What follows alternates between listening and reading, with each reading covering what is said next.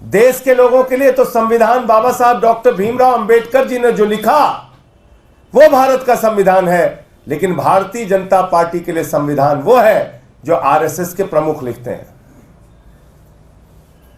उनका देश के संविधान में आस्था नहीं है,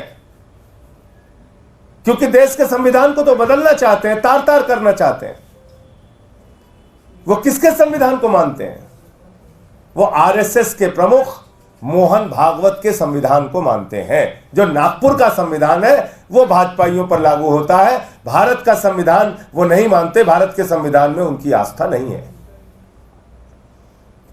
और इसीलिए देखिए आप, प्रधानमंत्री ने कितने अहंकार में कहा, खुद बाबा साहब आ जाएं तो संविधान बदल नहीं सकते। ये किस बात का चैलेंज आप दे रहे हैं बाबा साहब को? बाबा साहब ने तो एक बच्चे को जन्म दिया है संविधान के रूप में, उसका कत्ल वो क्यों करेंगे? वो क्यों कोई बदलाव करेंगे?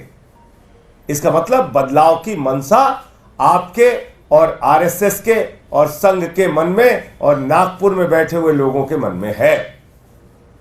और इसीलिए देश का गृह मंत्री खुलेआम कह रहा है 50 साल तक देश पे राज करूंगा, क्योंकि जब चुनाव खत्म हो जाएगा, आरक्षण खत्म हो जाएगा, रसिया के पुतिन का राज हो जाएगा, किम जोंग का राज हो जाएगा, तो क्या जरूरत है चुनाव कराने की?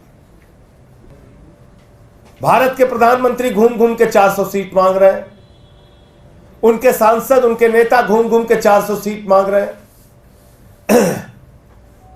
ये 400 सीट उनको अपने काम पे नहीं चाहिए, इस बात पे भी नहीं चाहिए कि उन्होंने बेरोजगारों के लिए क्या किया, नौकरियां दी कि नहीं दी, महंगाई कम किया कि नहीं किया, किसानों की आय दोगुना हुई कि नहीं हुई, सबको पक्का मकान मिला कि नहीं मिला, काला धन आया कि नहीं आया, 15 लाख खाते में गया कि नहीं गया। इन सवालों पे वो चुनाव में वोट नहीं मांग रहे हैं, अपने किसी काम की चर्चा नहीं करते। इलेक्टोरल बॉन्ड के भ्रष्टाचार हो, चाहे नोटबंदी का भ्रष्टाचार हो, किसी मुद्दे पर चर्चा नहीं करते वो। चाहे पूंजीपतियों का 15 लाख करोड़ माफ करना हो, किसी मुद्दे पर चर्चा नहीं। क्या 400 सीट दे दो, संविधान बदलना है। 400 सीट दे दो, संविधान बदलना है। और ये इनके अयोध्या के सांसद लल्लू सिंह जी एक सभा में खुलेआम कह रहे हैं 400 सीट इसलिए चाहिए कि संविधान बदलना है।